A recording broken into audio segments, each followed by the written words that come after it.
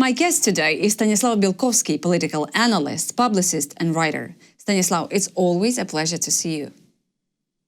Hello, thank you for your invitation as usual. Stanislav, let's begin from the news that has shaken Europe and Poland most of all. A wave of drones entered Polish airspace during Russia's mass strike on Ukraine. From your perspective, was that a deliberate attack? No, I don't think so. Kremlin is not yet prepared for the full-scale war with Europe. It was rather accidental as a result of warfare aerial systems job from different countries. But of course, for Europe, it's a significant sign, an important sign that the continent should, the European Union should be more and more prepared for the full-scale war with Russia, regardless of the real objectives, real goals of Russian armed forces in this case. I think it was an attack of Western Ukraine, and because it was close to Polish to European border, so it resulted in such drones penetration onto Polish territory. And but I should emphasize again that regardless of how and what the design, what the idea of Russian armed forces in Kremlin really was, for Europe is a very distinct signal. The war is close, and the Ukrainian war should be considered more and more as the first stage of this pan-European war. Okay, Stanislav, it's almost 20 drones, and even that was not on purpose. Still, Prime Minister of Poland and the President, they are discussing right now to activate NATO's Article 4, not 5. Do you know what does that mean? And why 4, not 5? Because they do not think that it was a deliberate attack. Okay. I think they share my opinion. It was an accidental one. But at the same time, the European NATO countries, especially those close to Russian border or bordering Russia in the direct neighborhood of Russia, should test the NATO unity and the abilities of NATO to prepare the response. We've heard today from U.S. NATO Ambassador Matthew Whitaker that the United States, the Trump administration is still quite prepared for. It shares NATO solidarity, and they would not sacrifice any inch of NATO territories, Mr. Whitaker underlined. But at the same time, European countries are definitely afraid of U.S. readiness to meet all the obligations, both outspoken, formal, and informal within NATO.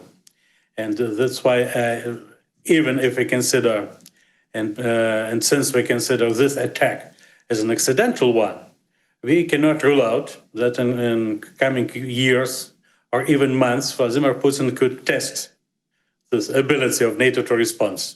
There could be a deliberate attack towards some NATO object on European territory, especially an object connected with Ukraine military supply.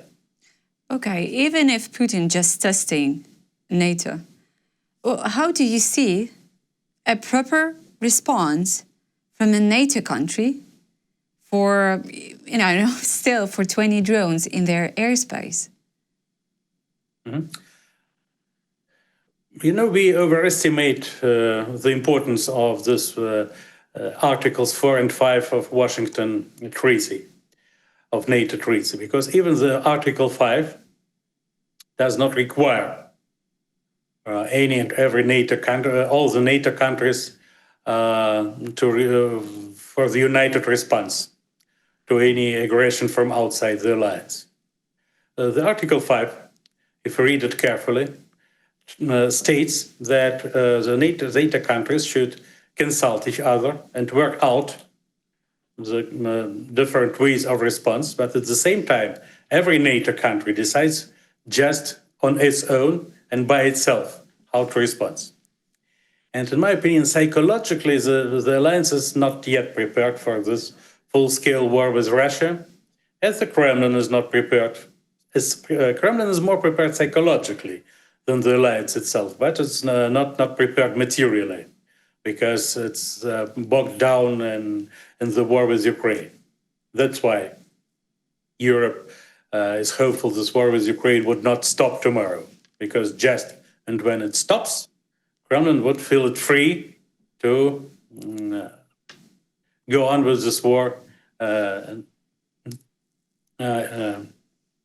to Europe, to the territories of European Union, to the terrains of European Union. Well, you're right, but I think that people in Europe for many years are so sick and tired of Russia, intentionally or not, going to their airspaces with their drones, jets. I mean, it's been so many times. It was happening so many times. So that's why I'm asking about the proper response to it.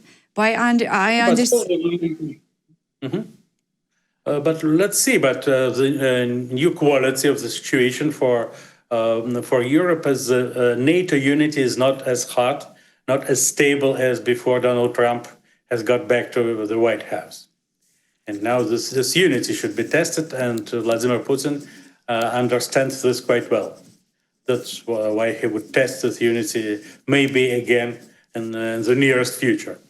At least I cannot rule out that some deliberate strike could happen, just to come to the conclusion that NATO is not prepared for full-scale response. And if it is not prepared, Europe should do its best to avoid war with Russia, and because of this, to meet some Russia conditions in different fields. American Vice President J.D. Vance has told in an interview yesterday that Donald Trump is quite prepared for the wide-range economic cooperation with Russia, and the only obstacle is not just not the war in Ukraine, but a full-scale war in Ukraine. So after the armistice, after the ceasefire, so U.S. can reinstate its relationship with the Russian Federation as it had been before 2014, not just before 2022. Of course, in this situation, Europe, preparing itself for the full-scale war with Russia, regardless of the relationship between Russia and the United States, should respond to itself. It would keep the anti-Russian sanctions or not. If preparing to the war, it should keep them. If following the example of this, the United States still considered as a senior partner, Europe should be forced to, at least partially, to lift the sanctions. And those contradictions between US and America, of course, are the source of Vladimir Putin's willingness to test NATO capabilities again and again. But at the same time, just yesterday, Trump was calling European leaders to impose more sanctions, not against Russia, again, stressing, but against China and India. And actually, you was warning about that probably previous time, that if there will be any talks, it will be about China, not Russia. Yes, because it's Donald Trump is trolling Europe to a certain extent. Because Europe, of course, is quite not ready for such secondary tariffs against China and India, and would be another proof for Donald Trump that Europe doesn't want to play a key role in peacekeeping in Ukraine, and so in all those common efforts to put stop to killings, to put stop to full-scale war in Ukraine. So it would be used by Donald Trump as a pretext to emphasize that Europe undermines the joint and common efforts to bring this war to peace, not himself and not the new position, qualitatively new position of the United States. And if Europe cannot afford secondary tariffs against China, why should the US do such? So it's a game. Donald Trump is playing to clean himself the way for largely expected, largely awaited pact with Vladimir Putin on several economic issues. Yes, Stanislav, and speaking about the NATO's unity, well, from my perspective, I've heard some disturbing disturbing moment in Germany. Just a few days ago, two influencers had a fight in Bild podcast. One of them said it's better to be occupied than dead. The other one was fighting with him, saying that basically to go. But the matter of the discussion was whether they have to be more prepared to fight, to go to the war, and about future possible mobilization. Do you think it's an isolated youth reaction, or part of a broader trend in Europe questioning whether people are willing to fight for their countries? Where is this debate are heading? Of course, it's a part of a larger problem, because European Union has emerged as a narrative of peace. That's why I think it quite deserves the Nobel Peace Prize it's got about 10 years ago, though it was, it seemed so by many not very serious to grant the Nobel Peace Prize to the European Union. But we should understand that the idea of European Union is there are no more wars on the terrains of Europe. Europe has been devastated by large wars for ages, for many centuries. And after the Second World War, it decided for itself no more war in Europe.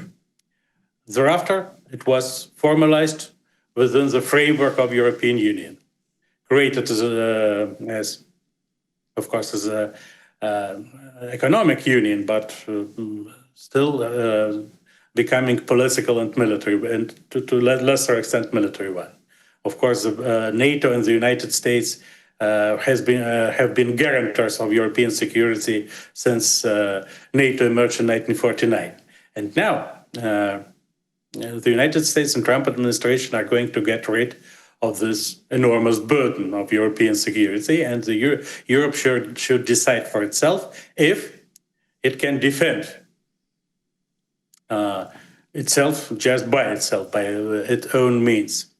And it's a question of values. Vladimir Putin has asked last year. He told last year that he cannot understand what values are being defended on another side of a front line. And Europe should reply to, first and foremost, to itself this question. It should get back to the Christian grounds of its identity. It should remind the freedom so widely and questioned, for instance, during the COVID-19 pandemics, when the political and civil political freedoms and civil liberties were annulled in one day. And after several generations or many generations of Europeans have shed their blood for those rights and liberties, almost nobody opposed to those quarantine measures. And that, by the way, that had given Vladimir Putin the reason to think that Europeans would not defend freedom under new historical conditions. And that's why his invasion onto Ukraine could be successful as well, because nobody would protect. Freedom is nothing to be, not a thing to be protected in the modern world. And the history of COVID-19 quarantine, I wouldn't say proved it, but gave the reasons and the arguments for the autocrats and for the opponents of European freedom model. That's why what is freedom, what is Christianity, and why the independence of European countries, independence and liberty of Europe, the separate outstanding value. All this is a question of collective psychology, because now, of course, Europe faces a necessity of full-scale militarization, preparing itself for the war with the Russian Federation, and considering this war with the Russian Federation as the preparation for the war, the readiness for the war, as a basic life task, raison d'être, sense of the existence. But the sociology shows us that less than 20% of citizens in the largest European countries, like Germany, France, and Italy, are now prepared to go and fight for their countries, because they have forgotten what, how, and why they should do it. and what's the difference between their ability to drink their cocktails now and to drink the same cocktails having Putin's tank nearby.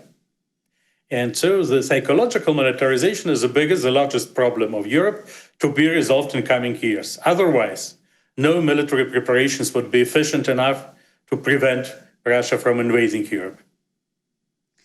But from other side, you will never be prepared for any invasion, don't you think so? Psychologically, I mean. Who? People. Whom do you mean? Who would not be prepared? No, I mean, from the other hand, it's very hard to be prepared for any type of the invasion, psychologically. Of course, but I think Kremlin is more prepared. For Vladimir Putin, it's just a question of resource. Yes, he does not consider his resources sufficient to have a large-scale, full-scale war with Europe right now. But if and when he considers his resources sufficient, he can do anything and everything. But of course, it's very difficult. But Ukraine proved the only European countries really prepared for the war with Russia. And despite Putin's expectations to get Ukraine surrender in a couple of weeks, the war now lasts for 3 years and a half. It's almost as long as Soviet Union participation in the Second World War, 1,418 days. And so that's why Europe has no way out. And I think European elites, especially the new leaders like Friedrich Merz, do understand that this raison d'etre is inevitable. Europe has to prepare itself for this large-scale war. Otherwise, if being not prepared, it would become a victim inevitably. Well, you're right. If Putin, unfortunately, will find the medicine for the immortality, we are in a huge troubles. I just want to quote your recent article, which says the title, "You'll die at 75, homeless on a bench too. In the end, we're all equal before God." Putin disagree. Stanislav, why dictators waging brutal wars delusional, so delusional about their own mortality? Because the death is an only opponent they cannot cope with. Death is the leader of opposition in a totalitarian country, death of dictator. When Joseph Stalin died in 1953, the situation in the Soviet Union has changed dramatically, rapidly enough, though Stalin's heirs were his close allies of the dead dictator, but nonetheless, they were forced to provide some kind of liberalization in the communist totalitarian empire. Something would happen alike after Putin goes. But at the same time, Putin cannot afford to die, in his opinion, because he has connected himself too tightly with the Russian Federation as an entity itself. And this infamous phrase of Russian parliament speaker Volodin, "There is no Putin, there is no Russia," is really believed by Vladimir Putin. He does really think so. That's why he persuades himself that Russia exists only while he's still alive. And that's why he will use any biomedical technologies and any tools and methods of his way of life to prolong his life as possible. Let's get back to this conversation between him, Xi Jinping, and Kim Jong-un in Beijing, when Xi Jinping emphasized that the perception of age in the modern world has changed very, very strongly and firmly, and now the active life just commences at 70. To a certain extent, it's truth, because this perception of age has changed dramatically, really. But how far it would affect Putin's ability to live as long as he wants, it's another question, because it's quite another matter. Because in my opinion, as a Christian, it all depends on the will of God. And only the God, the Almighty, could decide when human being should go, regardless of any efforts of this human being to get its life prolonged. What do you think? If we're gonna pray for Putin's death, will God help us? Undoubtedly. The prayer helps in every and any situation to resolve any problem. I'm quite sure about it. Yeah, so if Kim Jong-un and Xi, they were, if the motivation of Putin to live 150 years is like, as you said, no Putin in Russia, what about his other dictator friends? The same, I think. The same. Because Xi Jinping hasn't, I should emphasize that Vladimir Putin is very anxious about all security matters, and his security is a number one priority for him for all his life and his childhood. And when he was very vulnerable to his mates in Leningrad, the city of Leningrad courts, and that's why he's quite sure that he cannot guarantee the security of his relatives, his family members, his closest allies, and Russia at all, if and when he dies. Only if he's alive, all kinds of such security could be guaranteed. Xi Jinping, the leader of China, has introduced a new power system because after the death of Mao Zedong in 1976, there was a collective power with some terms, approximately 10 years, and changing leaders. Several leaders have changed since. Xi Jinping has proposed a new personalist regime, closer to Putin's regime in this very sense. And of course, a considerable part of Chinese elite is annoyed and irritated by that, and not prepared for such kind of personalist regime with unchanged leader. So that's why Xi Jinping, that's why there are many rumors about his health state, about his further inability to maintain control over the party and country. And Xi Jinping wanted to remind everybody that he's still healthy and can live by 150 easily. That's why this very conversation was aired by Chinese state television, despite its sounds from different points of view a little bit doubtful. Yes. I know I'm not the one who's questioning myself and others about that. If dictator Putin is ready to live as long as possible, he has to be ready for organ transplantation, whether it's going to be heart, liver, kidney, whatever. And for that, we both know he needs that general anesthesia. And how he's going to capable agree on that? Why not? He's sleeping at least 4 hours a day, as his press secretary Peskov has told us. Not very much. Not very much. No, not very much. It's a very serious problem for him because the sleeplessness causes very harsh consequences, I think, for psycho health of Mr. Putin. And I think the war belongs to such consequences. And because the sleeplessness gives birth to monsters, undoubtedly. But it's not a problem for Putin because at least this transplantation is not the priority way for him. Number one is genetic procedures coordinated by his biological daughters. Number two is number 2 and 3 is the different sides of his way of life. First and foremost, some kind of moderate anabiosis, the decrease of metabolism level. And only number 4 is this transplantation, but everything depends on the God. If Vladimir Putin would undergo such surgery, so how he and we can avoid it? Let's see. I don't see for him as a key problem, but of course he would try to avoid any kind of surgery as far as he can.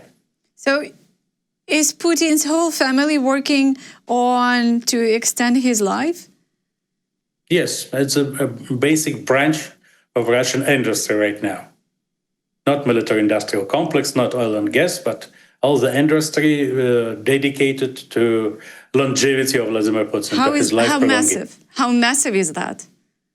I cannot estimate it in figures. Yeah. But of course, every big businessman close to Putin is involved with its investment, like Kovalchuk brothers or Igor Sechin, with his Rosneft oil giant. And Putin's daughters are directly in charge of those genetic technologies, because Vladimir Putin cannot trust anybody else but the closest relatives in such delicate matters. Is he worried only about his own immortality or his family and beloved ones? No, I think at first of his own. Then, because already 25 years ago, I heard from some important Russia's elite representatives that if the big money and big power allow you to live indefinitely long, could provide you with immortality. And so that's why Russian elites are preoccupied with that for many years. And of course, top Russian multi-billionaires do prepare something for themselves as well, regardless of Putin. So it's this wide industry would attract more and more resources in coming years. Stanislav, thank you so much for your time, that you had dedicated your time today. We have discussed everything from Russian drones invaded Polish airspace to the capability of Europe to defend themselves, and of course about the dictators who wants to live forever. Of course. It's a usual thing for every dictator, for all the humans' history. Thank you so much for the invitation. See you soon again. Bye-bye. Thank you.